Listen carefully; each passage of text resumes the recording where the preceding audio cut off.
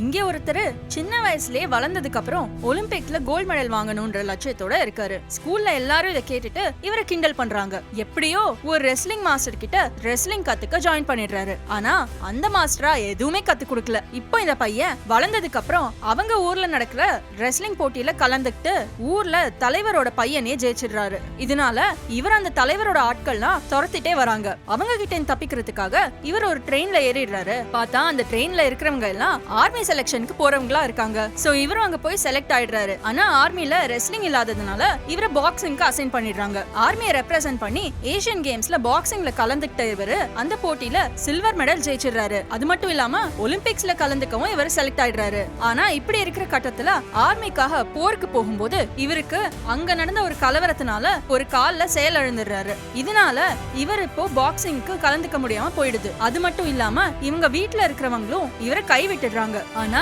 லட்சியத்தை விடாம ஒலிம்பிக்ஸ்ல ஜெயிச்சே ஆகணும்ன்ற வெறியில அடுத்து இவர் நீச்சல் காத்துக்கிறாரு. இப்போ இவரு பாரா ஒலிம்பிக்ஸ்ல நீச்சல் போட்டியில கலந்துக்கிட்டு தங்க பதக்கத்தையே ஜெயிச்சிடுறாரு. நம்மளும் இந்த மாதிரி ஹார்ட் ஒர்க் பண்ணா லைஃப்ல ஜெயிச்சிடலாம். ஓகே, பாய்.